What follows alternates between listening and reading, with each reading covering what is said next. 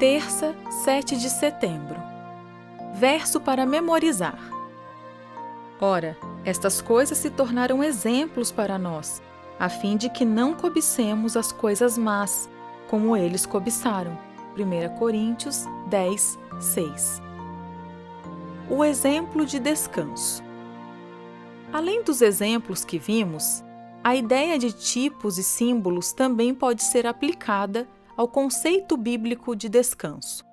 Vamos observá-la no livro de Hebreus, no Novo Testamento.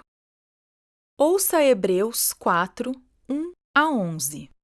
Portanto, visto que nos foi deixada a promessa de entrar no descanso de Deus, tenhamos cuidado para não parecer que algum de vocês deixou de alcançá-la, porque também a nós foram anunciadas as boas novas, exatamente como aconteceu com eles.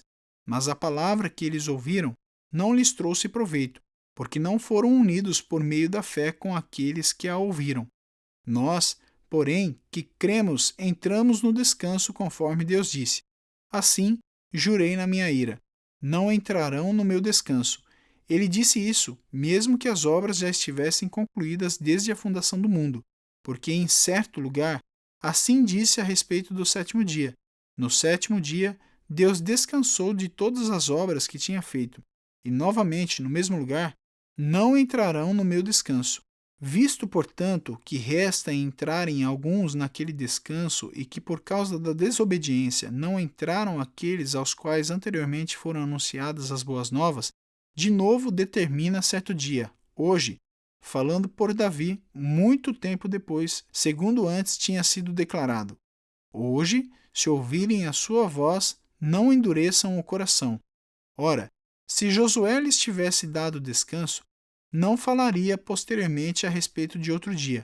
Portanto, resta um repouso sabático para o povo de Deus, porque aquele que entrou no descanso de Deus, também ele mesmo descansou de suas obras, como Deus descansou das suas.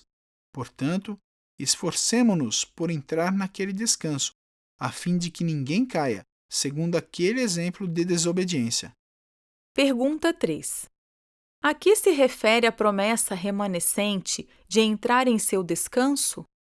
A experiência de Israel no Êxodo e as peregrinações no deserto apresentam uma percepção adicional sobre a ideia de entrar no descanso de Deus? O tema da perseverança e da fidelidade é importante nesse texto. Embora fale sobre o sétimo dia, o sábado, o foco principal desses versos e do que vem antes, Hebreus 3, 7 a 19, é o chamado para o povo de Deus perseverar na fé, permanecer fiel ao Senhor e ao Evangelho. Essas passagens lembram o leitor de levar a sério as lições aprendidas com a direção de Deus no passado, a fim de que ninguém caia segundo aquele exemplo de desobediência.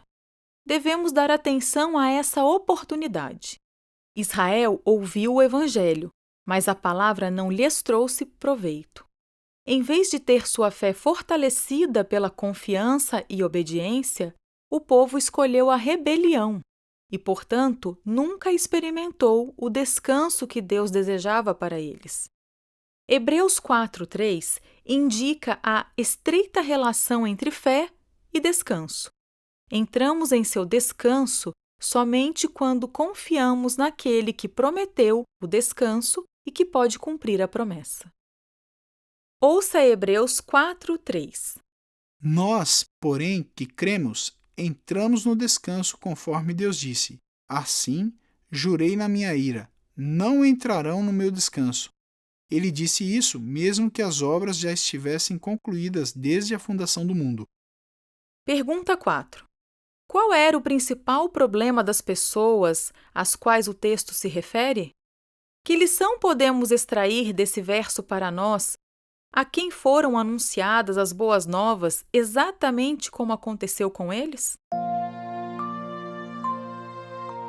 Os cristãos primitivos tinham aceitado a revelação anterior de Deus, chamada de Antigo Testamento, e acreditavam que Jesus era o Cordeiro de Deus, o sacrifício pelos seus pecados.